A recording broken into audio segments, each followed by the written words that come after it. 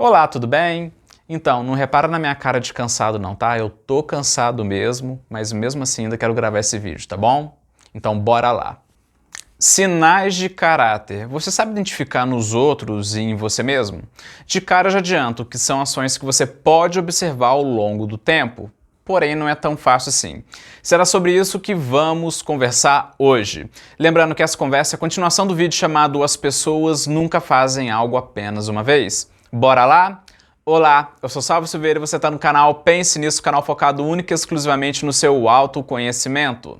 Como a gente já falou muito aqui já, as pessoas se revelam nos detalhes, que vão nos revelando ao longo do tempo de convivência com elas. Afinal, sempre fica um comportamento, uma ação ou uma decisão que serve para essa nossa avaliação sobre elas. E também muito do que nós passamos na nossa vida também são consequência desses padrões que nós temos enraizados dentro da nossa mente, repetindo sempre os mesmos erros, indo desde o problema do nosso instinto, problemas de infância, hábitos, e principalmente gerando problemas de caráter na gente. E falamos também que todos nós temos máscaras sociais que visam esconder a nossa essência dos outros, como forma de esconder as nossas fraquezas e mostrar nossas qualidades.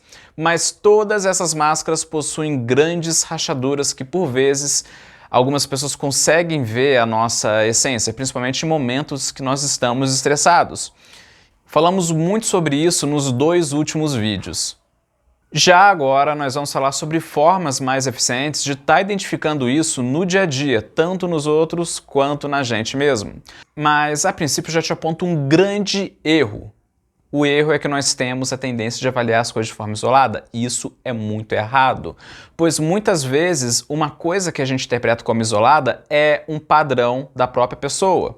E muitas vezes as pessoas vão se desculpar, falar que estavam em um momento tenso, que perderam a cabeça e que vai ser da última vez, mas isso se repete de novo, principalmente quando ficam estressadas e veem que não poderão mais ter o que querem. E isso vale para todo mundo, até para a gente mesmo. Muito do que a gente faz é um padrão que a gente não percebe. Por exemplo, uma pessoa estava conhecendo a paixonite dela, e essa paixonite era uma pessoa muito educada, legal, e os dois tinham o mesmo gosto. E foi com ela em um restaurante para almoçarem juntos e se conhecerem melhor.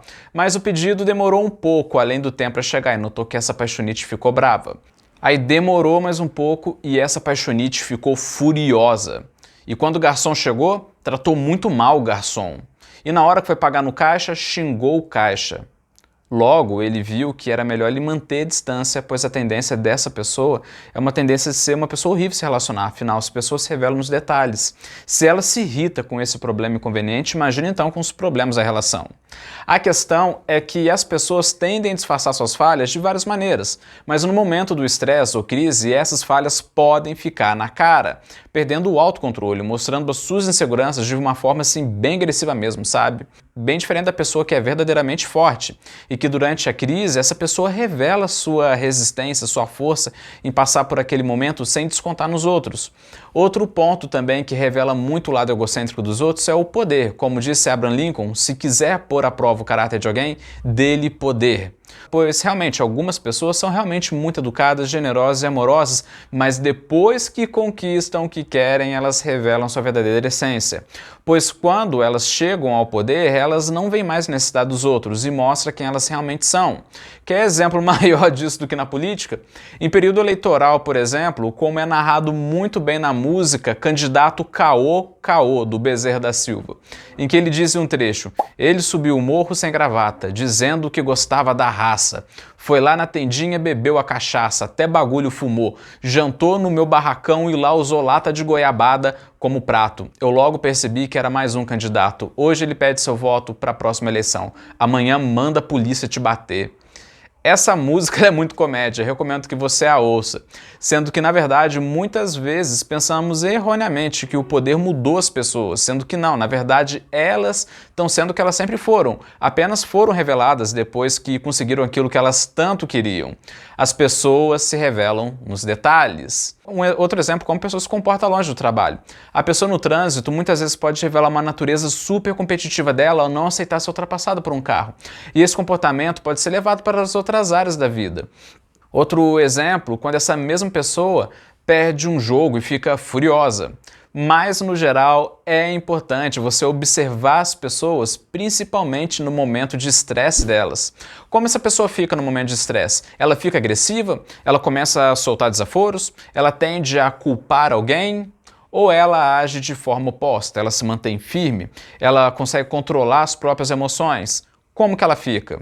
Essas pessoas de caráter forte que conseguem controlar as emoções, elas conseguem manter a postura diante do estresse. Como diz Robert Greene, são como metais. Podem até entortar, mas logo vão voltar à sua forma original e nunca se quebram. São pessoas que sabem aprender, são pessoas seguras, são pessoas éticas, não desistem tão facilmente, estão sempre abertas ao mundo, dispostas a aprender e pensam constantemente no interesse do grupo. Já agora, as pessoas de caráter muito fraco geralmente têm uma certa dificuldade em lidar com frustrações, são vitimistas, sempre culpando alguém, sempre arrumando alguma desculpa, sempre criticando, não têm paciência para poderem estar aprendendo. Inclusive eu me lembro de uma pesquisa, eu acho que foi feita na Universidade do Texas em 2020, foi uma pesquisa muito interessante e que você pode ver ela aqui embaixo, aqui na descrição. Foi uma pesquisa feita com narcisistas patológicos, que decidiu tentar testar a capacidade de tomada de decisão deles.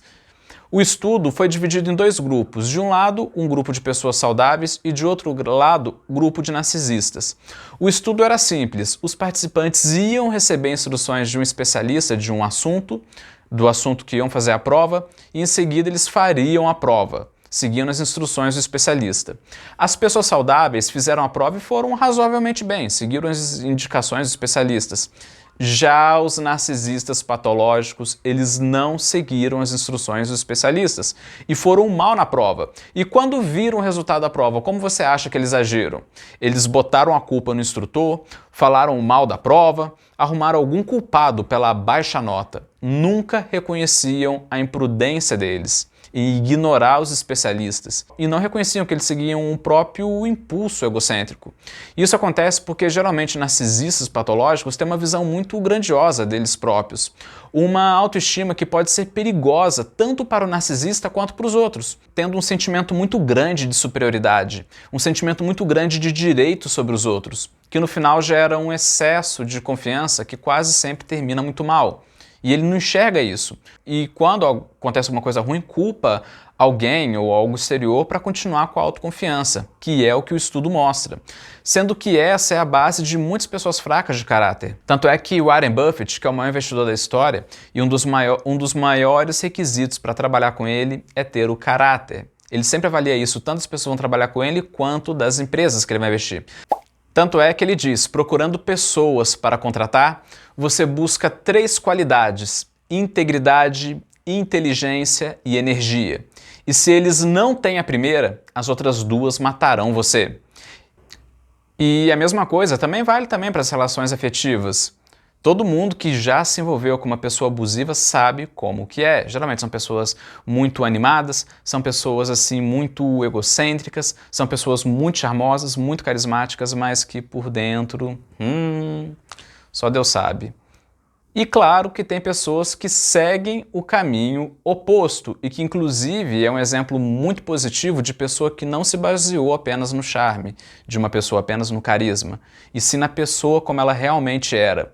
Um exemplo bem claro disso era o ex-presidente americano Roosevelt, o Franklin Roosevelt, que ele, pelo dinheiro e pela fama dele, ele poderia escolher qualquer celebridade para se casar. Mas não, ele escolheu uma mulher simples, não muito bonita em comparação com as outras que ele poderia conseguir.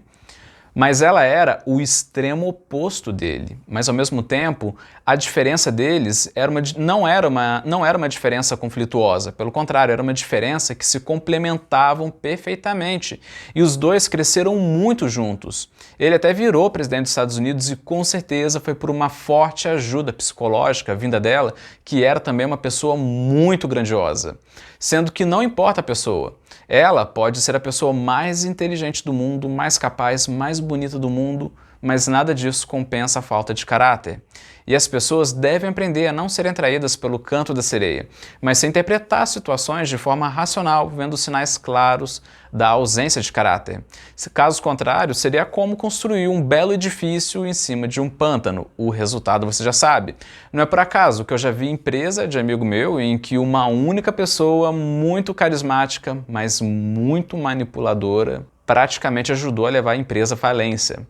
Os melhores funcionários pediram demissão, pois ninguém queria trabalhar com ele. Eu falei com ele, ó, cuidado, o fulano hoje ele tá avançando nos outros, amanhã vai ser em você. E a resposta dele sempre era, não, mas fulano é insubstituível.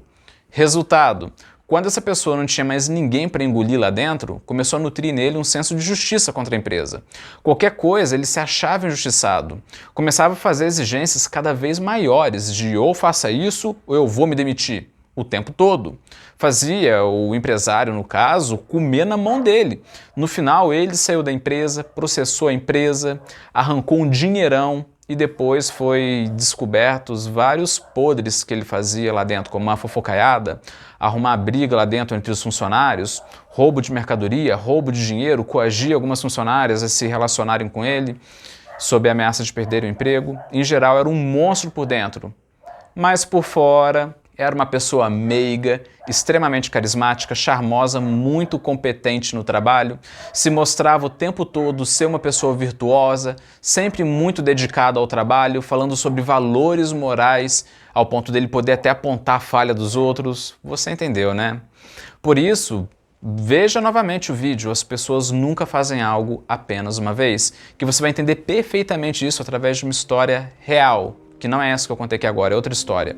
Como eu sempre digo, o bem existe, mas nunca duvide das forças do mal. E o mal nunca se apresenta em sua forma maligna, pelo contrário, sempre se apresenta na forma de algo bom. É como aquela bela casa de doces da historinha de João e Maria, em que por dentro de uma casa muito bonita e suculenta, morava uma bruxa psicopata devoradora de crianças.